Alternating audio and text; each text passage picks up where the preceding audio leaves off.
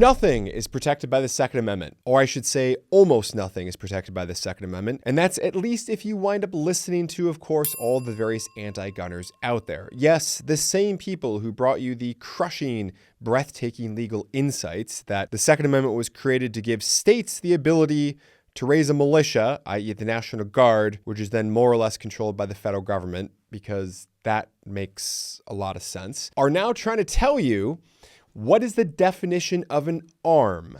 This has been an ongoing legal battle and flashpoint, and the consequences and outcomes of it can be huge. This is one of two cases that could go to the United States Supreme Court to decide what is the definition of an arm. Specifically, we're looking at whether or not a normal magazine, or as the anti-gunners like to call them, a large capacity magazine, or LCM, but basically anything that accepts more than 10 rounds, is not protected by the Second Amendment, and as a result, possession can be banned and criminalized. Guys, let's get into it.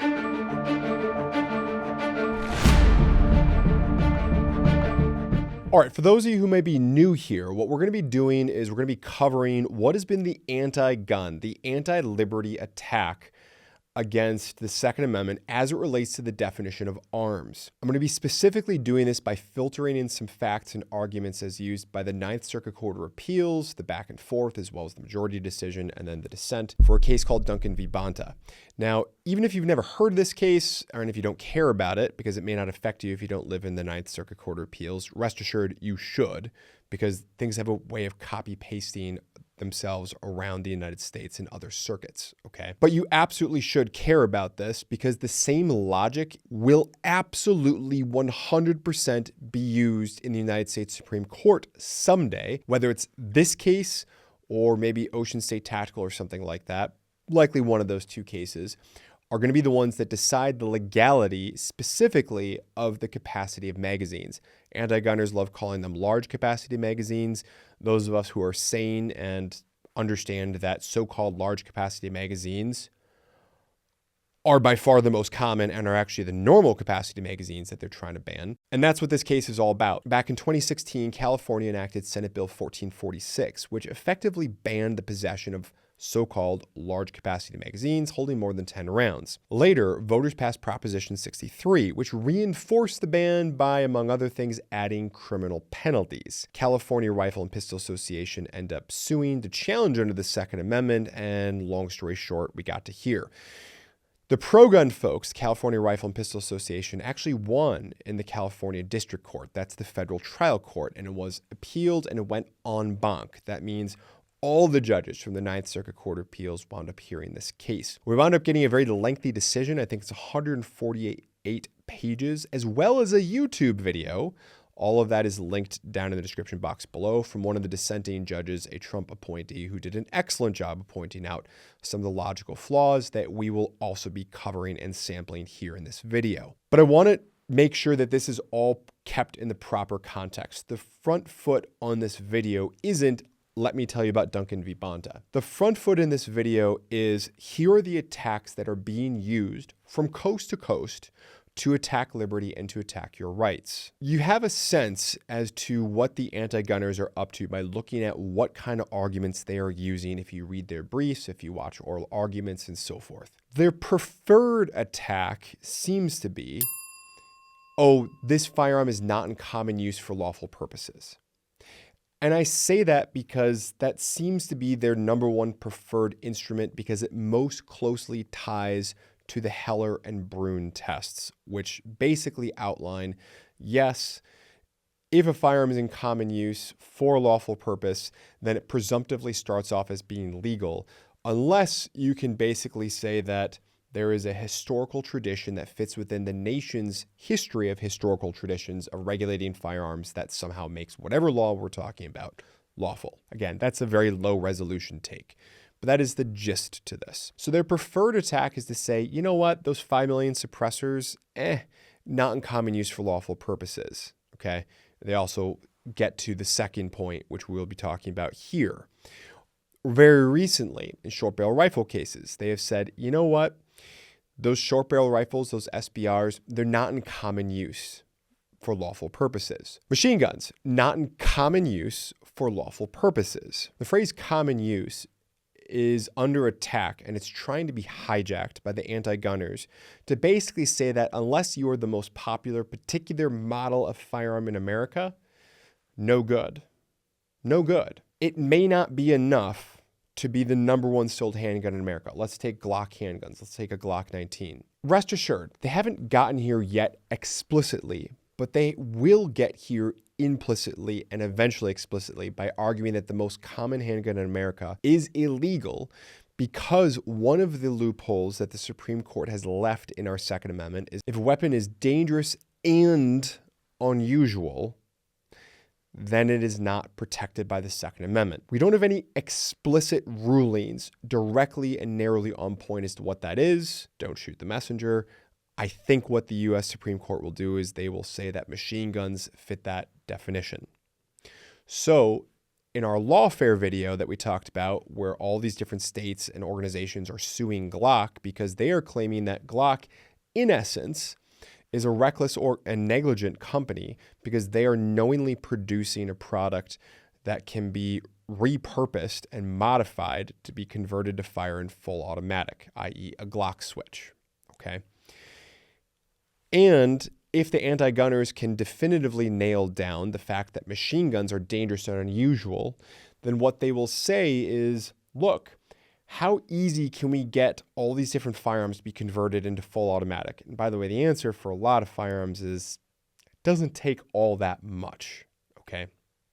Just depends on what your definition of all that much is, depends on your access to tooling and all that kind of stuff. But long story short, the answer oftentimes is not all that much. And that's what makes this Glock case so incredibly important. Because if the antis win that, if they're able to win that on the grounds of, you know what, if something can be readily converted to full automatic fire, that's going to knock out a lot. Depending upon how far they can push that argument, that can knock out a lot of semi-automatic firearms, which of course is the war that they're trying to fight, where they're trying to ban as many things as possible, all right? And you can see I'm trying to lay out the battlefield here so you can see where this case fits in to the attack on the Second Amendment. So we have this, how do we weaponize and expand the definition of dangerous and unusual, this loophole that the Supreme Court left. Okay, so we've got that on one side. That's where Glock, that's where all these semi-automatic firearms that with some tooling, with some knowledge, can basically move in that direction. Fine. But what do we do about magazines? So we've covered it before that by far and away, the vast majority of magazines in circulation in the United States hold more than 10 rounds. And we're not talking about like, oh, there's a million. No. We're talking pushing a billion. Billion with a B. The vast majority of those sold aftermarket, I think it's like 70, 80% plus, are so-called large capacity, high capacity, whatever it is. I call them normal capacity because you know what? If the overwhelming majority of something, and this is a free English lesson for any anti-gunners that are out there, okay? If the vast majority of something is a certain way, let's say it holds greater than 10 rounds, we no longer need an adjective like high capacity, large capacity, whatever. We no longer need an adjective to describe it because that is the new norm. That is the normative of whatever it is we're talking about. So if 70 or 80% of magazines that are out there hold greater than 10 rounds, that's not an adjective play. That's just a magazine. Really, it's low capacity magazines if they hold 10 or less. That's where the adjective kicks in. Free English lesson on the house. How about that? So how can we try to rationalize, if I'm an anti-gunner, banning magazines? Well, what they basically say is this, and there's a couple different modalities to it. But what they basically say is, look, we're stuck with the fact, again, if I'm an anti-gunner, we're stuck with the fact that the Second Amendment will protect commonly available weapons. Yeah, we're going to push everything into this loophole exception, right? But for the time being, we're stuck with the fact that commonly available, owned, purchased, possessed firearms for common use, for lawful purposes, are good to go. Fine. But that doesn't mean I have to like all the things that might be changeable about it. We only are talking about things that are essential to it, is the anti-gun argument. So We don't need a 15-round magazine in order to operate a Glock 19. We really just need, well, frankly, a 1-round magazine. If you really get to it, you can just pop it open, feed single 1 round in, and fire it off one at a time, right? Because that's really all you need. We have seen arguments come out of, I think it was Rhode Island and elsewhere, where different anti-gun groups, that's code for generally your tax dollars in the government, try to make the argument of, look, it's pretty unusual that you see a self-defense firearm shoot, defensive gun use, take more than 10 rounds. So you really don't need more than 10 rounds. So they try to bootstrap it with arguments. But at the end of the day, what they're essentially arguing here, the mask is off, of look, magazines, this is an accoutrement. This is not part of the firearm. It is not essential to the function of the firearm. That's how we know it's not part of the firearm. And we're specifically talking about so-called high capacity, i.e. normal capacity magazines, because guess what? Your firearm will work just as well with a 5-round magazine as it can with a 15-round magazine, so the anti-gunners would argue. And then they wind up coming up with the usual, and I keep seeing this copy-paste. Copy-paste is very real under law. I keep seeing these copy-paste arguments out there of, look, at the end of the day, we've regulated possession and carrying of firearms if you were born the wrong color, if you're born on the wrong continent, if you were the wrong religion, all this other kind of stuff going back to colonial times and this and that. And we also regulated where powder was stored. Keep in mind, black powder, not exactly the world's most stable and safe thing all the time. So back in the day, 18th century and back, powder was often stored at centralized locations. And because of those laws, guess what? At the end of the day, what the court ruled here, and again, you can read the 148-page decision if you want, but what the court ruled is things that are not essential to firearms, like accoutrements, are not protected by the Second Amendment, and as a result, magazines are not protected by the Second Amendment. Now, Judge VanDyke, who's a Trump appointee, did something really interesting. He recorded a video, which I've got linked in the description box down below. It's 18 minutes long. Now, he actually competes in IPSC tournaments and so forth, so he knows what he's talking about. And he talks about the differences between a revolver, he's using SIG 320s and so forth. And he's highlighting the fact that, look, are sights essential to a handgun? Because after all, if anything that is not essential to the firearm going bang, producing the chemical explosion that propels the projectile down the barrel, if nothing else matters, what about the grip module? What about, as for instance, the sights? What about a scope? What about a sling if we're talking about a rifle or a shotgun or something like that, right? Or a red dot device these days on handguns. None of these are really essential. What about a holster? Could California just ban all holsters and say, you know what? Just got to raw dog it. Just go ahead, stick it down your pants, hope the best that it doesn't go off, right? Could they do that? Could they ban sights on your guns? You can see the can of worms, the Pandora's box that goes open here if you wind up playing this game of anything that's not essential. The thing is this, the Supreme Court in Heller defined arms by going back and surveying a bunch of different texts on it. And they said this, what is an arm? An arm is anything that a man wears for his defense or takes into his hands or useth in wrath to cast at or strike another. Therefore, the Second Amendment extends to all instruments that constitute bearable arms, even those that were not in existence at the time of the founding. Here's the bottom line. What Justice Scalia was after when he wrote Heller was this. Heller was trying to put the right and the reader into the seat of people who answered the call to arms back on April 19th, 1775. Those are the battles of Lexington and Concord. When the men and, yes, boys in those towns answered the muster call to defend their towns, what did they bring with them? What did they bring with them? The Supreme Court has answered this question as the sort of bearable arm that was protected.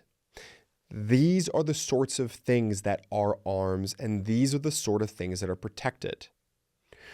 When you bring your AR-15 to the muster call, is your sling, is your scope, is the normal capacity magazine. Those are examples of things that you would answer a so-called modern day muster call with. Those are part of your bearable arm. They are your bearable arm. And accordingly, they should all be protected as your bearable arm.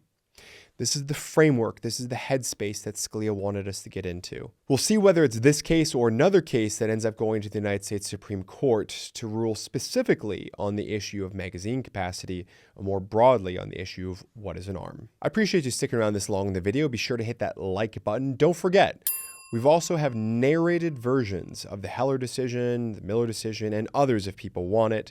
You can find those out on our channel. If you just want to hear me, I'm very sorry about that, but if you want to hear me read the Heller decision, we've got it. Took hours, but we got it out there. If you want to listen to it, if you got a road trip or something like that.